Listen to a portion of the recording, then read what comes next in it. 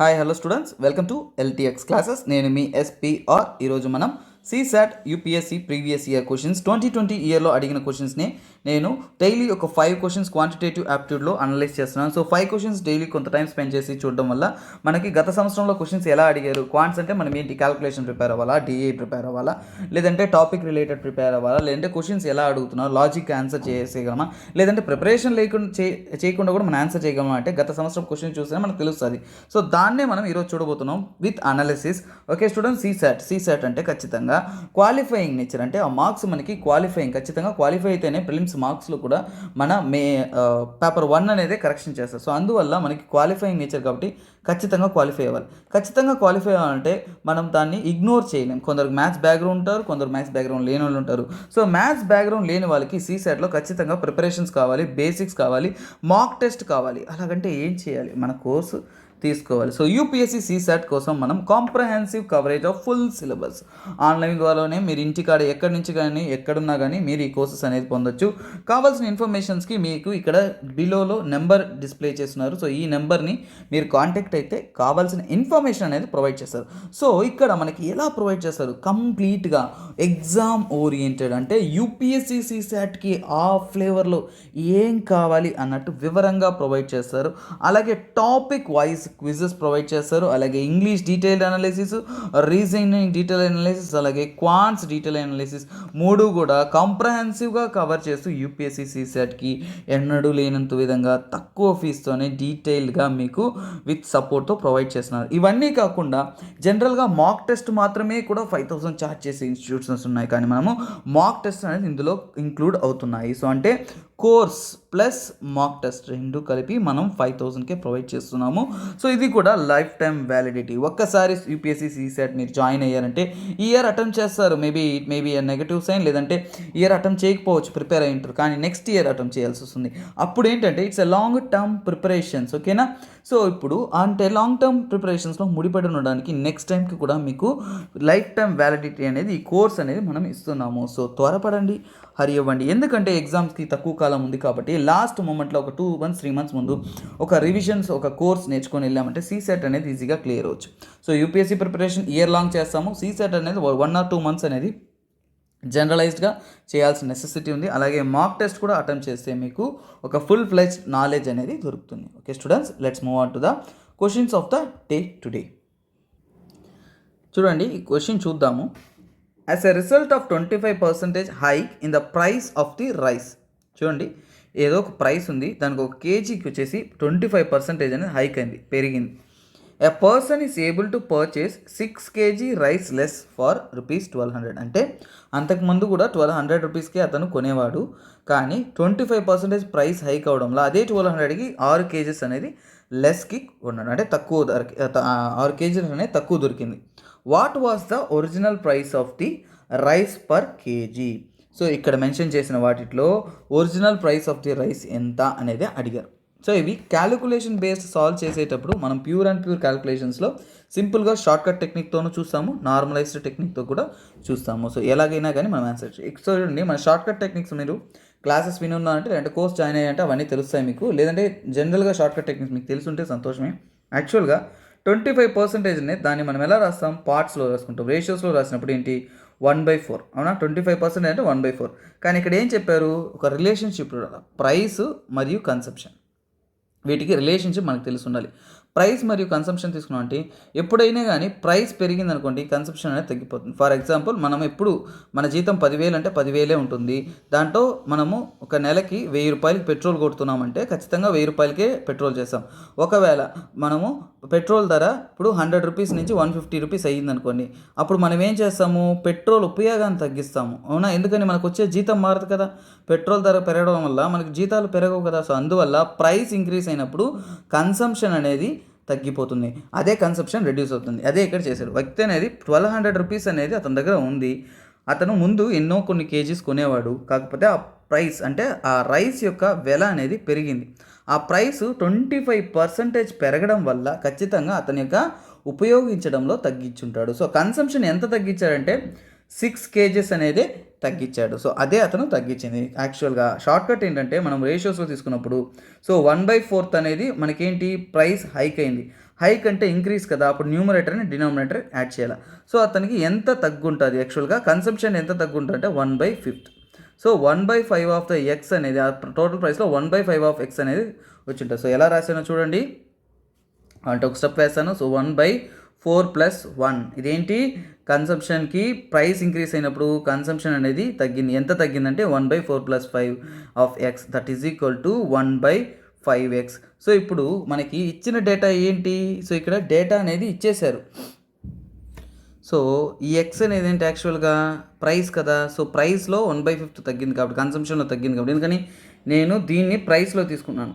ఇక్కడ first starting ప్రైస్లో తీసుకున్నాం అంటే కన్సంప్షన్లో కూడా ప్రైస్ కానీ తీసుకుంటాను. సో కన్సంప్షన్లో ఎంత తగ్గుండాలి, సో 1/5 ఆఫ్ 1200. సో ఎంత తగ్గుండాలి వాస్తవానికి 1200. సో అప్పుడు ఏమవుతుంది, సో యాక్చువల్గా ఎంత ఉంటుంది ఇక్కడ ప్రైస్ హైక్ అయినప్పుడు మనకి 5 2s are 4s are 0 240. కానీ యాక్చువల్గా ఈ 240 రూపీస్కి అతను ఎంత కొనగలడో అంతే అతనికి తగ్గుంటుంది. ఓకేనా.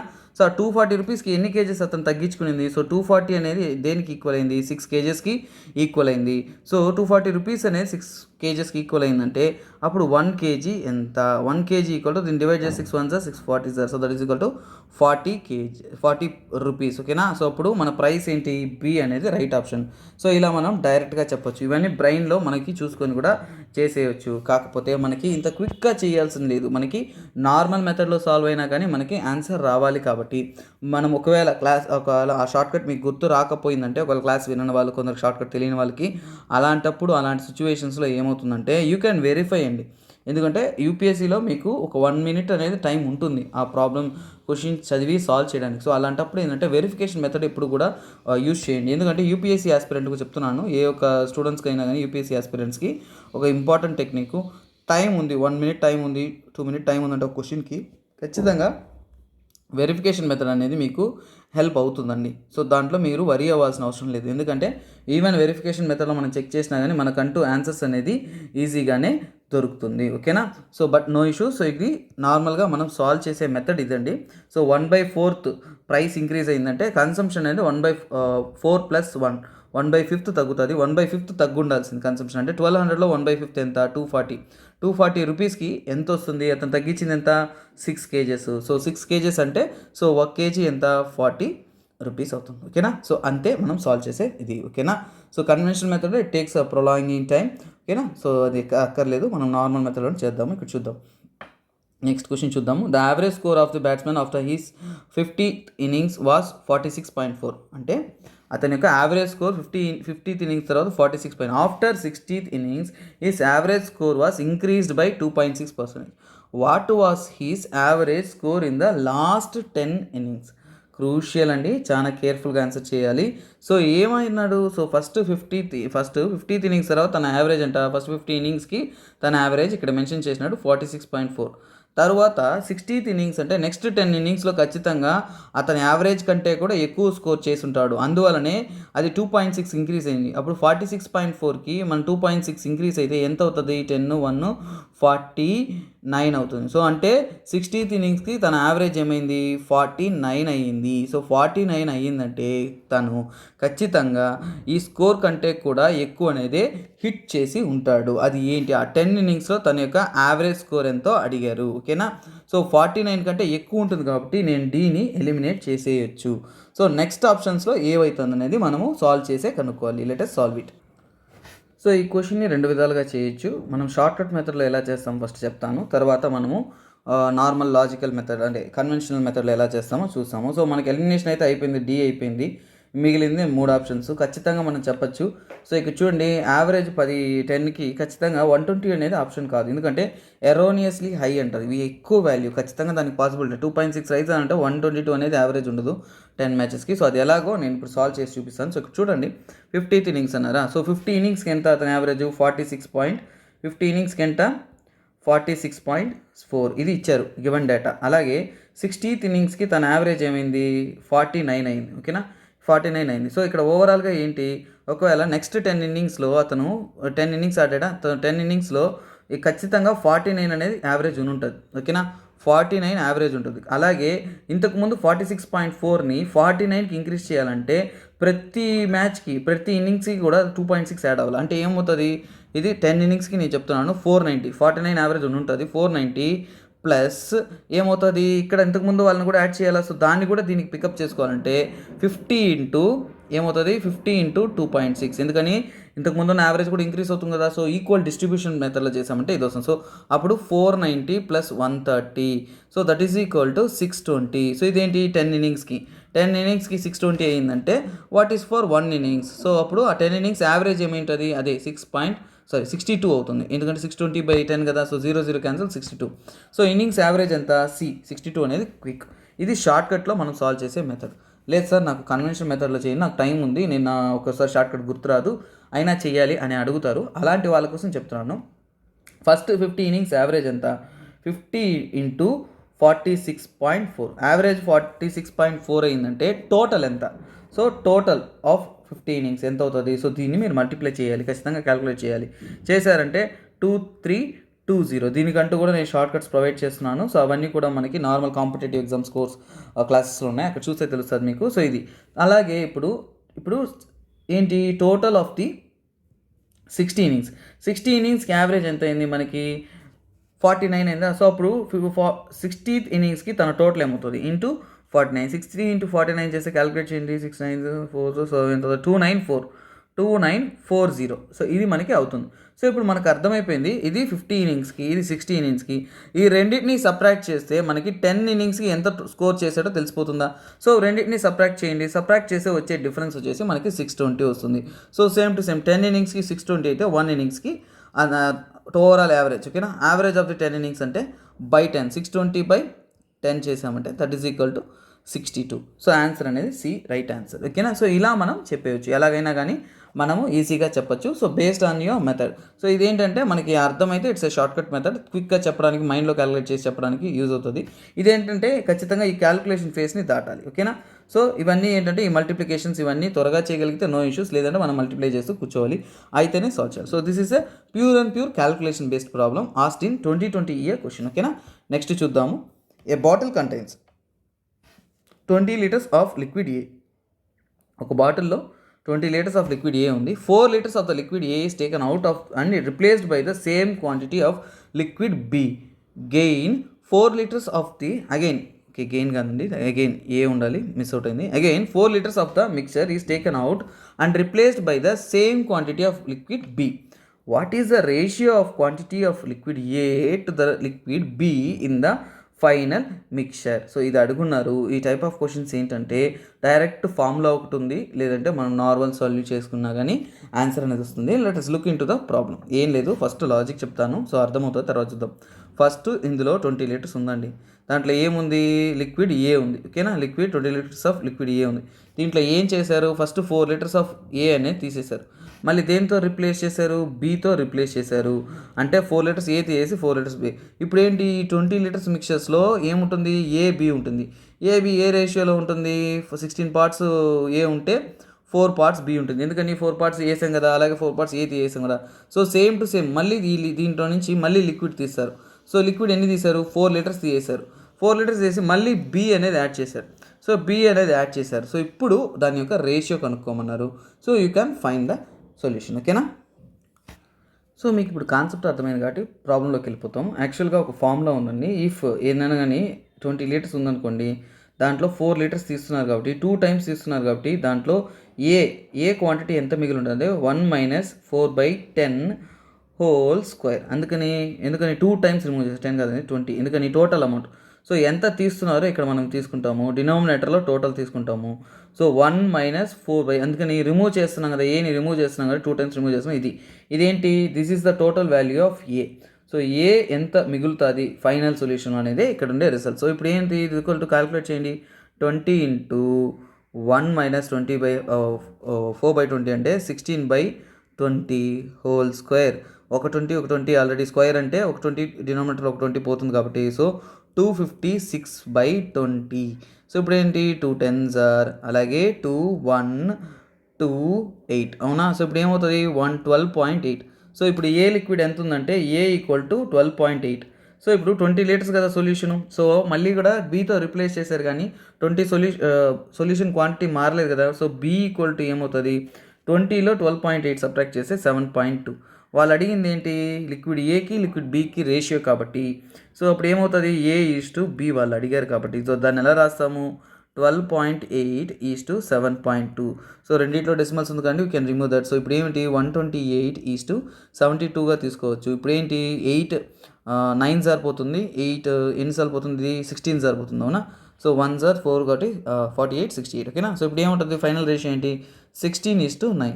సో ఆప్షన్ ఇక్కడ ఉందా మనకి, yeah, C is your options, ఓకేనా. సో ఇది మనకి డీటెయిల్గా తెలుస్తుంది. సో ఈ ఫార్ములా డెరివేషన్స్ ఏమన్నా తెలుసుకోవాలి, డౌట్ ఉందంటే you can consult in the క్లాస్లో ఉన్నప్పుడు మీకు ఈ డీటెయిల్స్ అనేది అర్థమవుతుంది. ఎందుకంటే ఇట్స్ ఎ ఫార్ములా చెప్పిన తర్వాత మీకు అర్థమవుతుంది. లేదు నార్మల్గా మీరు రేషియో తీసుకోవచ్చండి, ఈ ప్రాబ్లం చేయొచ్చు. కాకపోతే మీకు ట్విస్ట్ ఏంటంటే 4 లీటర్స్ అన్నారు. ఇక్కడ ఏంటంటే నార్మల్ మెథడ్లో ఈ ప్రాబ్లం మినిమం 2 to 3 minutes పడుతుందండి. ఈ ఫార్ములా గుర్తొస్తే మనం త్వరగా చేస్తాము, లేదంటే ఖచ్చితంగా 2 to 3 minutes అనేది పడుతుంది, ఓకేనా. ఈ ఫార్ములా అనేది ఇంపార్టెంట్. సో దాని ద్వారానే లిక్విడ్స్ వీటిలో ఎంత రిమూవ్ చేస్తాము, రిప్లేసింగ్ వీటికి క్వశ్చన్స్ అనేది వీటికి సంబంధించి చేస్తాం, ఓకేనా. A frog tries to come out of a dry well 4.5 meters depth. అంటే ఒక కప్ప బావిలో ఇరుక్కునింది. సో 4.5 meters డెప్త్లో ఉంది. With the slippery walls every time the frog jumps 30 centimeters, slides down 15 centimeters. What is the number of jumps required for the frog to come out of the well. చూడండి, యూపీఎస్సీలో మీరు ఈ previous year question చెప్పాడు, మీకు చాలా important thing చెప్తాను. ఇలాంటి type of questions ట్రెండింగ్లో ఉందండి, ఓకేనా. ఖచ్చితంగా ప్రతి ఇయర్లోనూ ఏదో ఒక టాపిక్లో ఏదో ఒక సిచ్యువేషన్స్లో ఇలాంటి క్వశ్చన్స్ అడుగుతున్నారు. సో చూడండి, ఫ్రాగ్ అనేది ఏంటి, ఇప్పుడు ఫర్ ఎగ్జాంపుల్ ఇది డీప్ వెల్. సో ఇక్కడ ఫ్రాగ్ ఉంది, ఓకేనా. ఫ్రాగ్ అనేది ఇక్కడ ఉంది, ఓకేనా. సో ఇది ఒకటి. సో ఇది ఏంటి, పైకి రావాలని చూస్తుంది. మొత్తం హైట్ ఎంత, 450 ఏమవుతుంది, ఇక్కడ సెంటీమీటర్స్లో ఇచ్చారు కాబట్టి సో మనము దాన్ని సెంటీమీటర్స్లో మార్చుకున్నామంటే ఏంటి, ఒక మీటర్కి ఎన్ని సెంటీమీటర్స్ ఉంటుంది, 100 centimeters కాబట్టి 450 centimeters అనుకుంటాను, ఓకేనా. సో ఇప్పుడు ఇది జంప్ చేసి రావాలి. సో ఒకసారి జంప్ చేసినప్పుడు 30 centimeters జంప్ చేస్తుంది, మళ్ళీ 15 meters స్లైడ్ అవుతుంది. అంటే ఒక జంప్కి అది ఎన్ని సెంటీమీటర్స్ పైకి వస్తుంది అనేది మనకి తెలియాలి. ఒక జంప్కి ఏంటి 15, అవునా. సో 15 centimeters అనేది అది పైకి ఎగురుతుంది. సో ఎన్ని జంప్స్తో అది పూర్తిగా ఎంత అవుతుంది, comes out of the well అనేది మీకు ప్రశ్న. సో దీన్ని కొద్దిగా లాజికల్లో మనం మిస్టేక్ చేస్తారు జనరల్గా. తెలిసిన స్టూడెంట్స్ అయితే అక్కర్లేదు, సో తెలియని స్టూడెంట్స్ మిస్టేక్ చేస్తారు. అది ఎక్కడ మిస్టేక్ చేస్తారు, ఎలాగ ఓవర్కమ్ చేస్తారో మనం సాల్వ్ చేద్దాం. ఇక్కడ మనం మిస్ అయ్యే లాజిక్ ఏంటంటే ప్రతిసారి ఆ ఫ్రాగ్ అనేది 30 centimeters జంప్ చేసి 15 meters స్లైడ్ అవుతుంది కదా. ఒక జంప్ ఎంత, 15 centimeters. కానీ మనకి లాజిక్ ఏంటంటే చివరి జంప్ అంటే చివరిగా లాస్ట్ టైం ఒకసారి జంప్ చేసేటప్పుడు అది మళ్ళీ స్లైడ్ అవ్వాల్సిన అవసరం లేదు కదా. ఎందుకని, అంటే 450 meters ఉందనుకోండి, అది 420 meters దగ్గరకు వచ్చినప్పుడు సెంటీమీటర్స్ 420 centimeters దగ్గరకు వచ్చినప్పుడు ఇక్కడికి వచ్చేసింది 420 centimeters. ఇక్కడ నుంచి పైకి దూకేటప్పుడు 30 centimetersలో డైరెక్ట్గా అది అప్పర్ ఫ్లోర్కి అంటే గ్రౌండ్ పైకి వచ్చేస్తుంది, అవునా. ఖచ్చితంగా అక్కడి నుంచి స్లిప్పరీ అనేది లేదు. సో అందువల్ల లాస్ట్ జంప్ అనేది 30 centimeters కాబట్టి ఒక జంప్ అనేది దీంట్లో నుంచి రిమూవ్ చేస్తాం 450లో. సో అది ఏంటంటే 30 meters లాంగ్ జంప్ అది, ఓకేనా. సో అందువల్ల ఒక జంప్ రిమూవ్ చేస్తే మిగిలింది ఏంటి, 420 జంప్స్.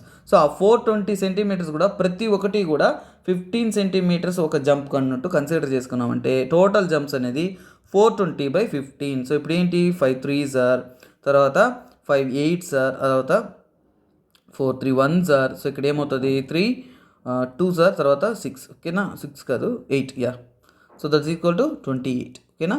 సో ఆన్సర్ ఏంటి 28. ఫైనల్ జంప్ ఏంటి, ఒక జంప్ మనం ఇక్కడ సబ్ట్రాక్ట్ చేసామా, ఎందుకని ఫైనల్ జంప్ పైకి జంపి అక్కడ స్లిప్పరీ కాదు డైరెక్ట్గా జంప్ అయ్యి వెళ్ళిపోతుంది కాబట్టి దాన్ని యాడ్ చేసుకున్నామంటే 28 + 1 jump that is equal to 29 jumps, ఓకేనా. సో ఇది ఎలాగో మీకు అర్థం అవ్వాలి, ఎందుకంటే ఇలాంటి టైప్ ఆఫ్ దాంట్లో అందరూ కూడా చాలా గ్రాండ్గా 450 జంప్స్, ఒక జంప్కి 15 centimeters అంతే 450తో డివైడ్ చేస్తాం. 450/15, 51s 53s 30 ఆన్సర్ టకని, okay. C is right answer, okay. నాకు కరెక్ట్ ఆన్సర్ వచ్చేసింది, ఇంకా ధైర్యంగా ఉంటాను, రిలాక్స్ అయిపోతాను అనుకుంటారు. అలాంటప్పుడే మనం కరెక్ట్గా పెట్టింది కూడా అక్కడ ముంచేస్తుంది. 1/3 నెగిటివ్ మార్కింగ్ కాబట్టి మనల్ని తీసుకొచ్చి ముంచేస్తుంది. సో అందువల్ల జాగ్రత్తగా ఉండాలి. సో ఇది లాజికల్, ఖచ్చితంగా యూపీఎస్సీలో సీసాట్ అనేది లాజిక్ లేకుండా ఉండదు. అదే ఇక్కడ మనకి ఉన్న లాజిక్ ఏంటంటే చూడండి, సో ప్రతిసారి జంప్ చేసేటప్పుడు 15 centimeters పైకి వస్తుంది, కానీ ఫైనల్ జంప్ అనేది ఒక్కసారిగా పైకి వెళ్ళిపోతుంది కాబట్టి అది ఒక్క జంప్ అనేది మనం మైనస్ చేయాలి. సో ఫైనల్ జంప్లో మాత్రం దాన్ని రిమూవ్ చేస్తే 420. సో అది మాత్రం ప్రతి జంప్కి 15 సెంటీమీటర్స్ కాబట్టి 450/15 జంప్ డివైడ్ చేస్తే వచ్చేది ఈచ్ జంప్, అంటే ఒక టోటల్ అనేది ఎన్ని జంప్స్ అనేది వస్తుంది. ఓకే స్టూడెంట్స్, సో మీకు అర్థమైంటుంది. సో నెక్స్ట్ చూద్దాం. A digit n greater than 3 is divided by 3 but not divisible by 6. Which one of the following is divisible by 4? ఓకేనా. సో ఇక్కడ డేటా ఇచ్చారు, డెరైవేటివ్ టైప్ ఆఫ్ క్వశ్చన్స్ అంటారు వీటిని. అంటే ఫార్ములా టెక్నిక్ కాదు, వాళ్ళు ఇచ్చిన కండిషన్స్ని బట్టి మనము ఒక ఈక్వేషన్ ఫార్ములా అనేది మనం డెరైవ్ చేయాలి. ఇదేంటంటే సబ్స్టిట్యూషన్ చేస్తే మీకు చాలా సేఫ్ ఆన్సర్స్ అనేది వస్తాయి. సో ఓకేనా, let us do it. So solve చేద్దాం. So n is greater then, ఇక్కడ అనేది nకి ఇచ్చారు, n గ్రేటర్ దెన్ 3 అంటే ఏమవుతుంది, డివిజిబుల్ బై 3 అంటే 3 మల్టిపుల్స్ ఏంటి, but not divisible by 6. So యాక్చువల్గా 3 మల్టిపుల్స్ ఏంటి, గ్రేటర్ దెన్ 3 అంటే 3 2s are 6, తర్వాత 3 3s are 9, తర్వాత 3 4s are 12, 3 5s are 15. So ఇప్పుడు ఏంటి వాళ్ళు ఏం చెప్పారు, నాట్ డివిజిబుల్ బై 6 అంటే 6తో డివిజిబుల్ కాదు కాబట్టి. సో ఇవన్నీ మనము రిమూవ్ చేస్తే మనకు వచ్చే వాల్యూస్ ఏంటి, 9 15. సో nకి వాల్యూ 9 అనుకుందాం. ఇప్పుడు ఏంటి, విచ్ ఆఫ్ ద కండిషన్, ఇక్కడ ఇచ్చిన కండిషన్స్లో ఏది 4తో డివిజిబుల్ అవుతుంది. సో చూద్దాం. 2 × n 2 × 9 = 18. 18 అనేది 4తో డివిజిబుల్ అవుతుందా, కాదు. సో ఏ అనేది eliminated, no issues. So 3 × 9, 3 9s are ఎంత, 27. సో 9ని తీసుకున్నాను సబ్స్టిట్యూషన్, మీరు 15 తీసుకున్నా కానీ వస్తుంది. ఓకేనా, నో ఇష్యూస్. ఓకేనా, అలా తీసుకున్నా మనకు వస్తుంది. సో ప్రాబ్లం లేదు. సో ఇక్కడ చూడండి తర్వాత ఏంటి, సో 27 అనేది 4తో డివిజిబుల్ కాదు. సో బి కూడా ఎలిమినేటెడ్. తర్వాత ఏంటి, 2n అంటే ఏంటి, 2 × 9 2 × 9 18, 18 + 4 దట్ ఈస్ ఈక్వల్ టు 22. 22 అనేది 4తో డివిజిబుల్ అవుతుందా, కాదు. సో మన సి కూడా ఎలిమినేటెడ్. సో ఇప్పుడు ఏంటి, మిగిలిన option D, you can go for D blindly or solve it. చూడండి 2 9s ఏంటి, ఇక్కడ 3 × 9 27 + 1 that is equal to 28. So 28 అనేది perfectly divisible by 4. So which one of the following divisible by 4 అని అడిగారు కాబట్టి డి ఒకటే అవుతుంది కాబట్టి మన ఆన్సర్ డి అనేది కరెక్ట్ ఆప్షన్. సో ఇలా మనము సబ్స్టిట్యూషన్తోనే ఈ ప్రాబ్లమ్ని సాల్వ్ చేయొచ్చు. Okay students, okay this is it for the day. So మనం కోర్స్ పర్చేస్ చేసుకోవాలి అనుకున్నా అంటే త్వరపడండి. You can purchase the course 5,000 rupees only for unlimited life time. So దీనికి ఫ్రీ డెమో క్లాసెస్ కూడా మనం ప్రొవైడ్ చేస్తున్నాము. సార్ ఒక ఐడియా అన్న కొద్దిగా ఫ్రీ డెమో క్లాసెస్ తెలుసుకున్నా అంటే నాకు ఒక సబ్జెక్ట్ తెలుసు తర్వాత నేను పర్చేస్ చేసుకోవచ్చు అనుకున్నా అంటే కింద ఉన్న కాంటాక్ట్ నెంబర్ని కాంటాక్ట్ అవ్వచ్చు. You can learn and with life time validity UPSC CSAT గురించి. అలాగే దీంట్లో వాల్యుబుల్ థింగ్ ఏంటంటే అన్నిటికన్నా కానీ కోర్స్ అనేది ఒక ఇంపార్టెంట్ థింగ్. ఇంగ్లీష్ కానీ రీజనింగ్ కానీ క్వాంట్స్ కోర్స్ ఉంటుంది. అంతకన్నా ఇంపార్టెంట్ ఏంటంటే 10 మాక్ టెస్ట్ లేనిదే ఎగ్జామ్ అటెంప్ట్ చేసేటప్పుడు మనము యుద్ధానికి ఖడ్గం తీసుకొని వెళ్ళనట్టే. ఓకేనా, so mock test are that much precious. ఓకేనా, ఎదురువారి యుద్ధానికి పెద్ద పెద్ద ఆయుధాలతో వచ్చినప్పుడు మినిమం ఆర్మ్ సపోర్ట్తో మనం వెళ్ళాలి, అదే ఈ mock test. So purchase for 5,000 rupees for detailed mock test and comprehensive coverage of the full syllabus. Bye, take care. This is me, SP Rajan, SPR, signing off. Have a nice day.